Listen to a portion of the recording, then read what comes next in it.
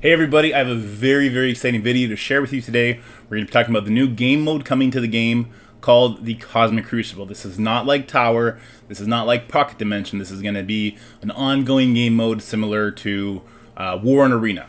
So before we jump into anything, I just want to say everything you see here, everything I share with you is subject to change. This is a playtest. The whole reason to do a playtest and to share info with you guys is so you can give your opinions. It gets back to the developers and they can make tweaks. So as we're going through things here, maybe try and think about changes you would like instead, and that'll obviously find its way back to the devs, and maybe we'll be able to make some proactive changes before the mode comes. So just keep that in mind, and if you want to leave a detailed thought to me, you can hit me in my Discord or in the comment section below. I'll include my Discord link there, and we'll get it to them. Anyway, let's go ahead and jump into this. We're going to start by talking about the structure of the Cosmic Crucible. So the structure of this mode is a 1v1 tournament with 8 participants, and depending on how you perform, you either move up and you face other people who move up, or you move down and you face other people who move down. And then it'll come down to, if you win all 3, you're going to go up to the high end. If you win one, lose one, and then you win the other one, you'll be in like the second tier, and so on and so forth. So where you end up ranking, like I won all 3, so I ended up in that little gold bubble up there, and that's going to affect my elo. And then the next tournament I'll be with other people who won their respective brackets. Now, the good news is, and I know you guys don't like this, the initial matchmaking seems to be based on TCP. So everyone that I was up against was 19 million. I think that's a really good starting point, and then depending on elo, we might start facing people that are bigger than us, or maybe the same as us, or maybe even smaller than us, but they won their respective tournaments. So the way it seems is it's going to be seasons based. Depending how you perform in your first tournament, you'll be placed into a harder tournament skill wise, and then that'll keep going for a certain amount of tournaments, and then it's going to end.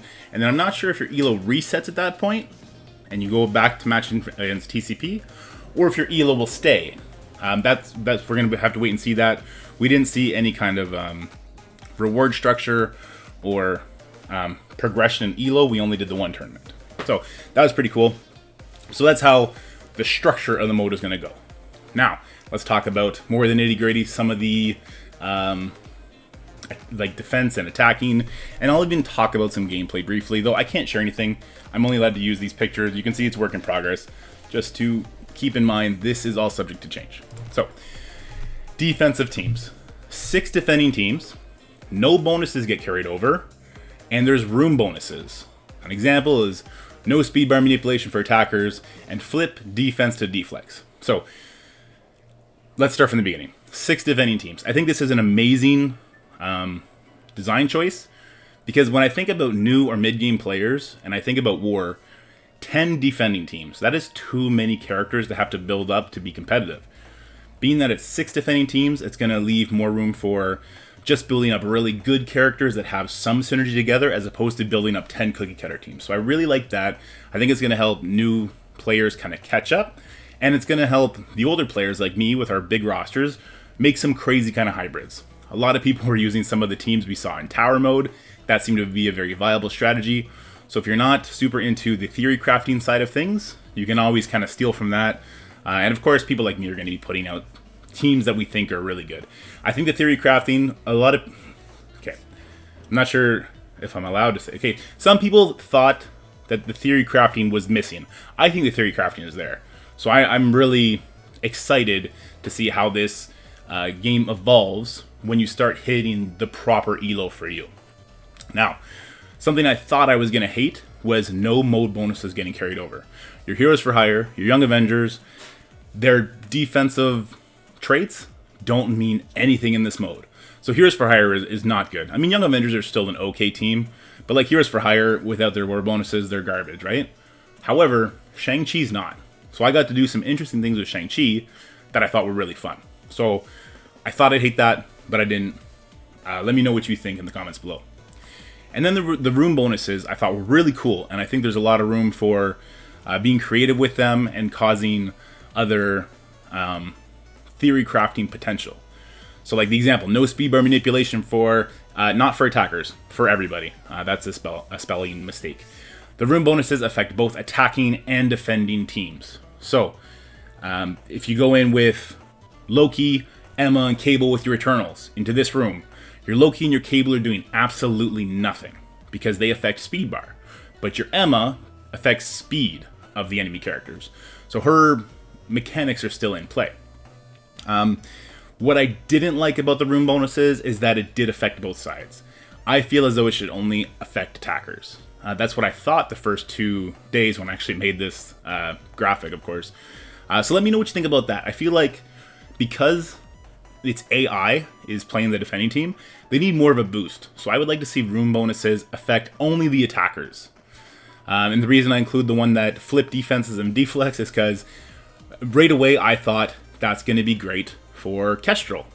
But Kestrel and the Secret Avengers, they get defensive up from a lot of places, and they start with deflex. So when I didn't know that it affects the defending team, I put out a team that basically like nerfed themselves on spawn.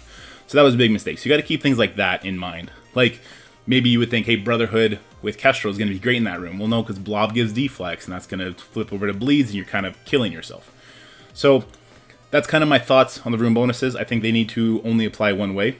Let me know what you think, but they're very interesting. Let's look at one of the graphics I was actually given here. This one was called Slow Down.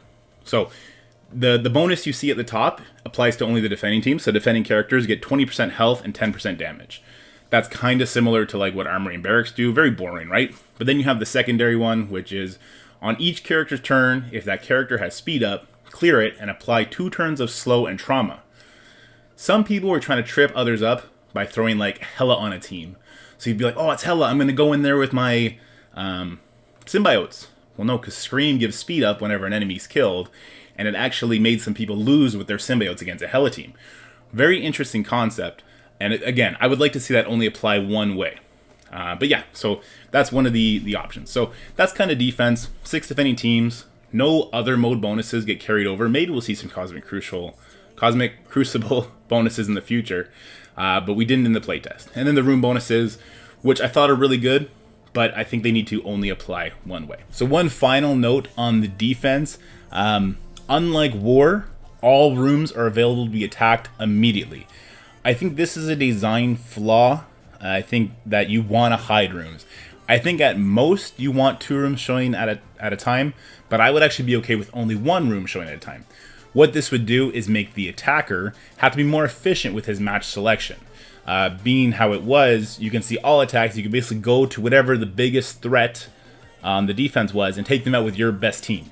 And then you can kind of just go down the checklist, and that kind of is another thing in favor of attackers that I don't think encourages putting trickier defenses up, because then they're going to be able to use their full arsenal to take them out right away. I would rather it be hidden so that attackers need to be efficient in their matchmaking selection.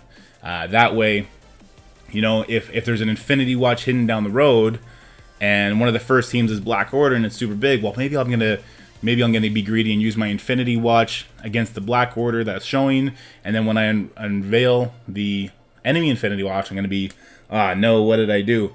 I think that would spice it up a little bit more. Again, let me know what you think in the comments. So now let's talk about attacking. I'm going to leave the defense picture up there because we're going to talk about how they interact with each other. So for attack, as you see in the picture, you get 18 attack attempts. You get these the very second the tournament is launched. I think that's great. It's a great quality of life feature that I'd like to see spread out to all our game modes. I'd love to see Arena not have an attack cooldown. I'd love to see Blitz. Each character gets 8 charges to use during the day. I'd love to see War starting with 10 of 10 attacks. So that was a very good quality of life. Now, what I didn't write here is that for each defending team, you're only allowed 3 attempts, and progress is saved, like War. So the idea, there's a scoring process that we're going to get to in a second here, but you're only allowed to attack each defending team 3 times total, and if you don't clear the team in those 3 attacks, you're bummed out of luck. I didn't have that problem. I cleared most of the enemies, I think, except for 2 enemies in one shot. And we'll talk about the enemies I didn't clear, because I thought that was pretty interesting. So yeah, 18 attacks, 3 attempts to clear each room, 6 rooms total. That equals 18, right? So that's how they mathed it out. I almost think the 18 attacks doesn't really make much sense, given they put a limit of 3 attacks per room, but it is what it is. I like that they show this concept because now we can ask them to apply it to other game modes.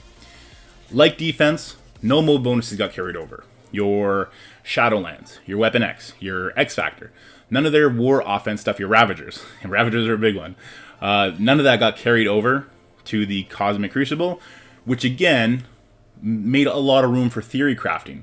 So if I didn't theory craft, I could probably have 10 cookie cutter attacking teams.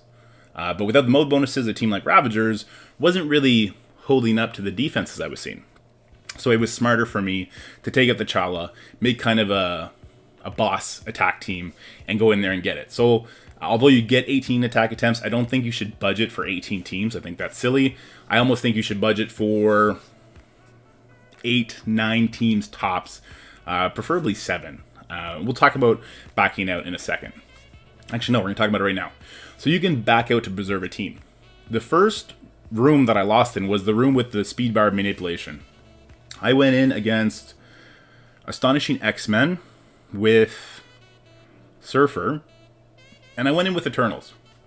With Loki, so Cersei would go first, so it wouldn't drop people too low, and then Beast would do his thing, and then Icarus would come in and do the big kill. Well, what happened was Cersei went first, but it didn't rewind their turn meter.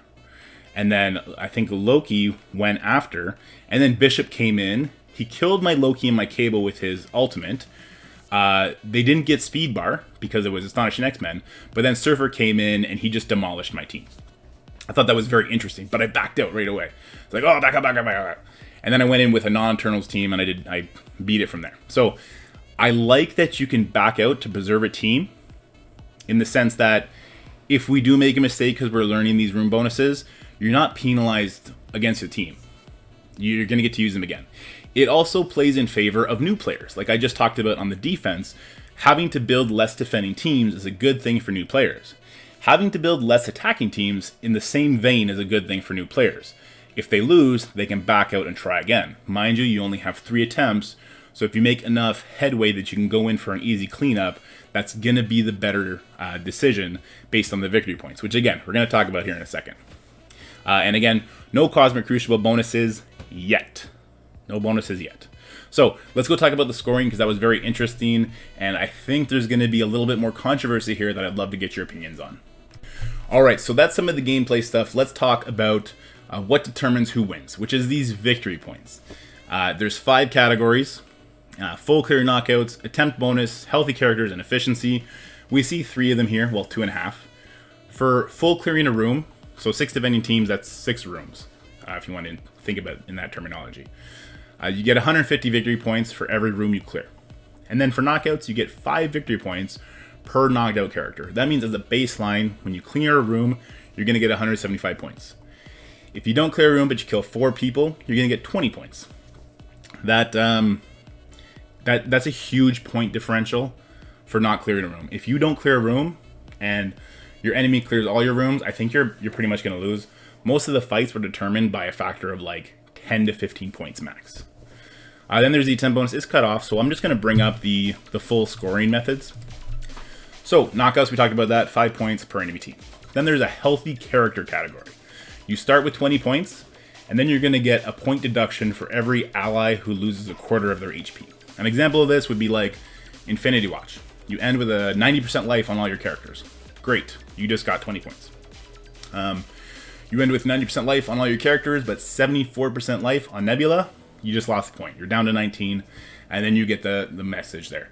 Every 25% life each of your characters drops, you lose 1 point. I hope I explained that well. Then there's the attempt bonus, which is the part that's cut off there. You start with 40 points. If you one-shot the enemy team, you get 40 points added to your victory point total. If it takes you 2 attempts, so you had to attack it twice, you lose 20%. You lose 20 points. And if it takes you all 3 attempts, you get 0 points. Obviously, there's no negative points allocated here because you can only do 3 attacks. Full clear bonus is 150 points. We talked about that. While full clear of a room bonus.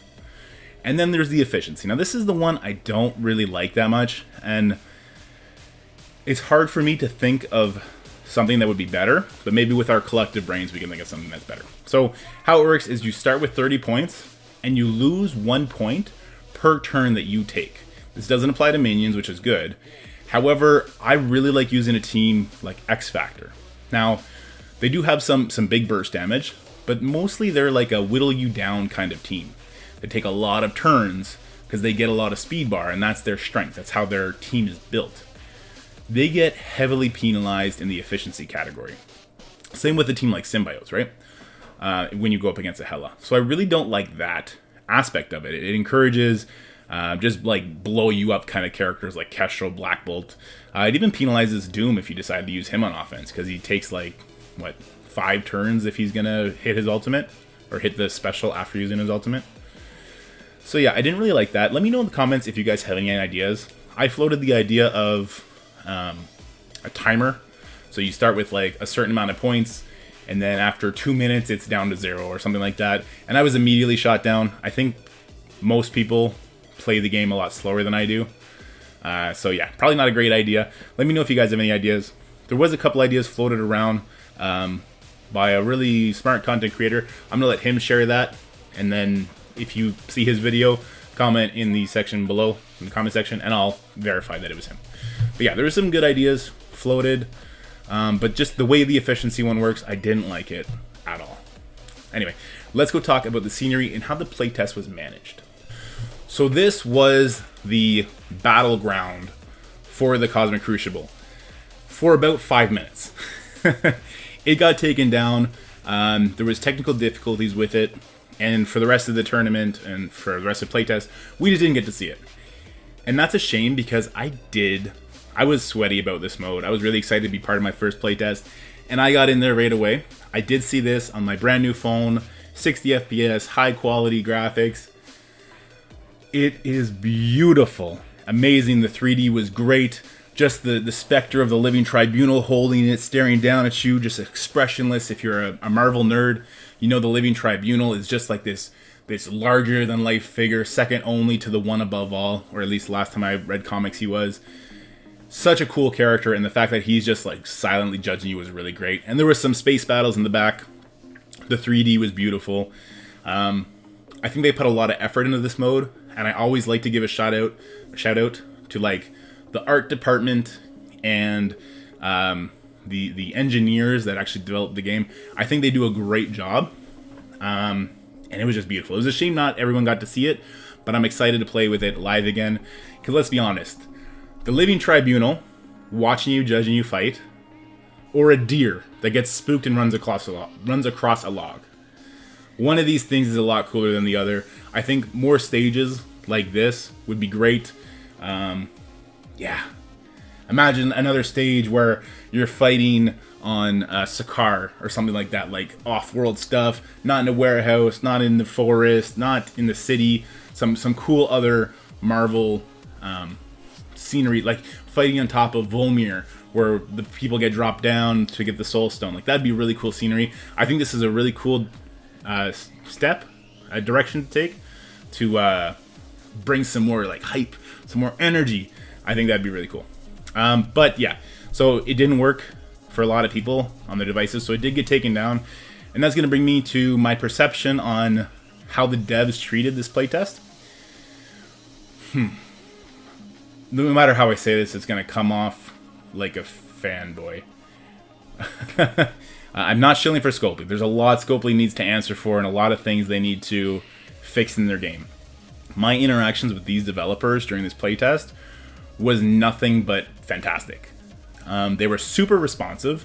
Like, I asked a question to the developer in a DM, and he got back to me within 40 minutes or something like that. I've never received a support ticket answered as fast as that. And it was a detailed response, really articulate, and just the way they greeted questions and how they mentioned they were taking down notes and they were taking down our opinions. I really think they're doing everything in their power to make this game mode awesome. And I did think this game mode was awesome. I don't think that sentiment was felt across the entire playtest. There's definitely room for improvement, which is why we do the playtest. And hopefully they make some of those changes and take some of those opinions into account. But from what I saw, the developers were like us.